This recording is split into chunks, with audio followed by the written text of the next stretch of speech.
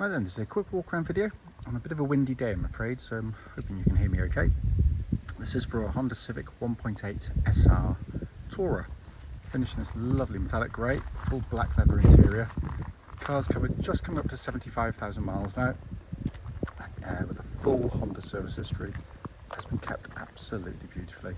Facelift model, as you can see, really sought after this latest generation. Looks really good on the car. And it's very clean all round. Lights and lenses, really clean. No cracks, condensation. Bonnet, can't see any obvious stone chips on there at all.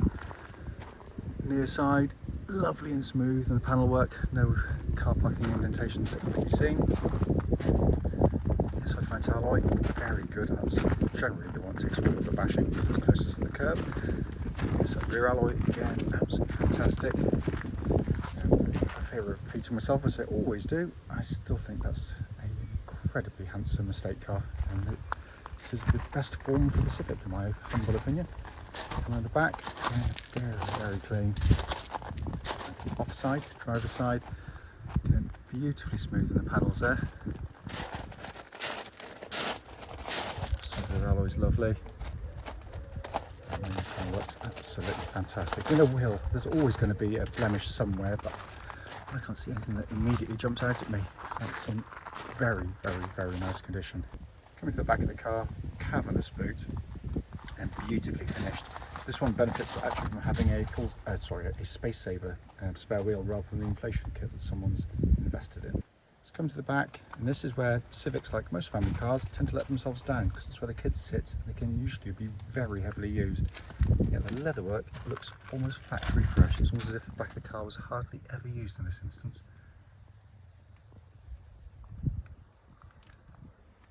The front and passenger side, again, very clean and tidy. Passenger seat, hardly had any use at all there. Finally, on the driver's side, door cut again, very clean and tidy. Likewise, footwell areas, very clean as well. Driver's seat in very nice condition, just a tiniest bit of wear on the bolsters as you get in and out.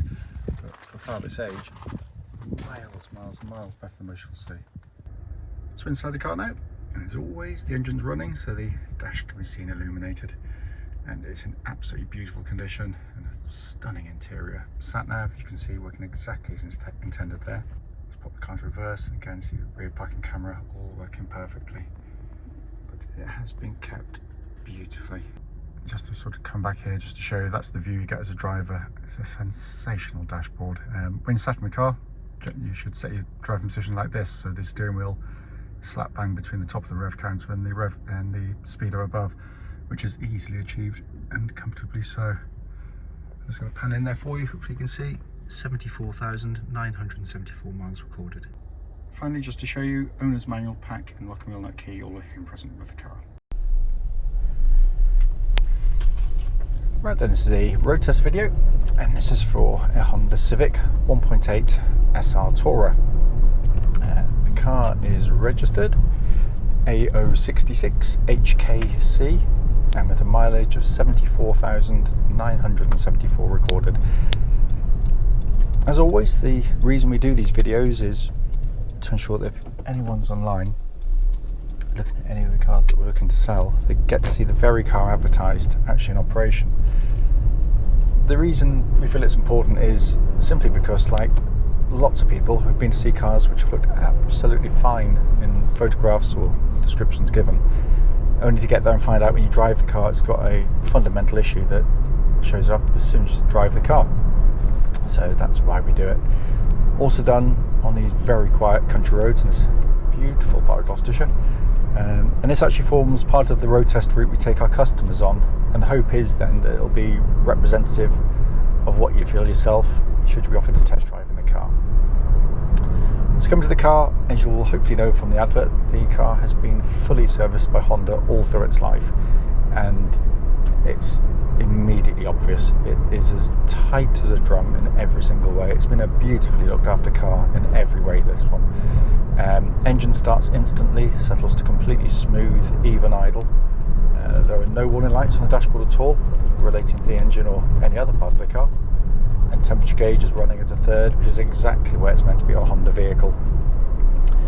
Honda, as I repeatedly say, build the best 4-cylinder engines in the world. And there's not a shadow of a doubt about it. The engineering behind these things is sensational. It's got all the hallmarks of any Honda engine in that, you know, it's incredibly tough and reliable over huge mileages with just good regular maintenance. But that literally is only half the story, because it's such a fabulous engine in every other way. It's smooth and quiet, it's keen to rev, doesn't get strained in the way that so many of its competitors do. It's got kind of a nice induction sound when you put your foot down, but not one that grates. So there you hear it kind of breathing as it goes in, but the engine note is nice and sweet as well. Very flexible, docile engine, and very, very economical. Just driven normally, you can utilise the economy mode, which is quite a handy feature on these cars. But yeah, the economy comes very easily to the vehicle.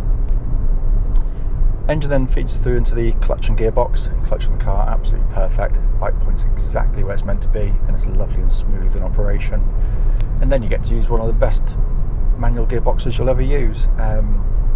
Honda put huge amounts of effort into ensuring that all of its controls have a substantial engineered feel to them. They should encourage you to use them rather than you thinking, oh, that feels horrible.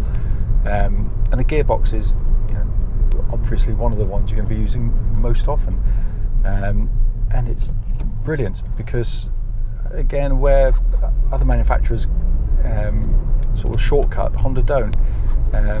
Gearbox, gear lever here, like most front wheel drive cars now, isn't directly connected to the gearbox at all. It's cables.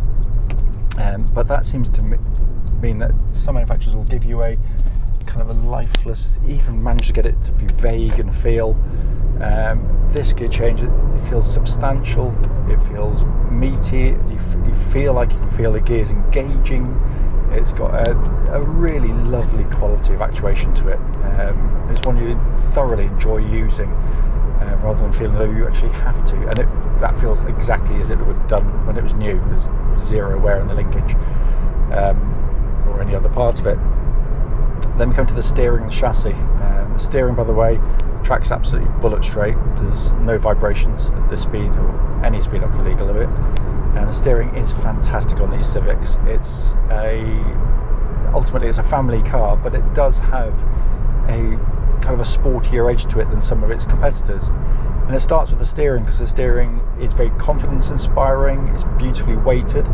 But when you go through a corner like this one here, just turn in, hardly have to move the steering wheel at all. It's quite quick gearing, but it's not nervous. And so to be able to do those two things at the same time is quite hard.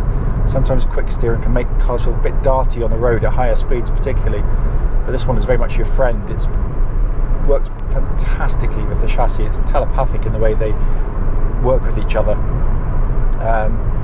And the chassis is brilliant because ultimately, yes, this is a family car, so it's giving me here a wonderfully comfortable ride, beautifully damped, just the right balance for the car.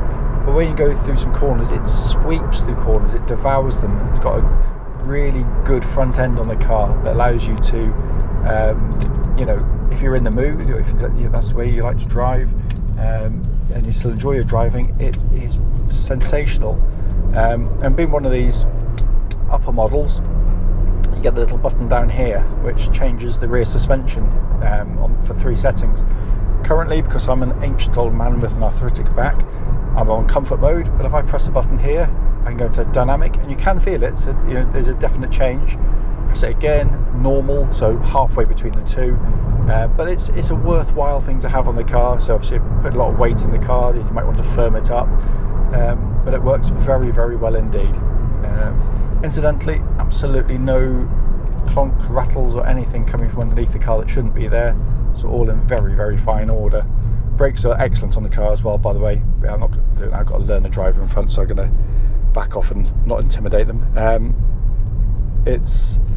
The brakes are, there's no pulsing, there's no vibrations, and they're lovely and powerful in operation as well.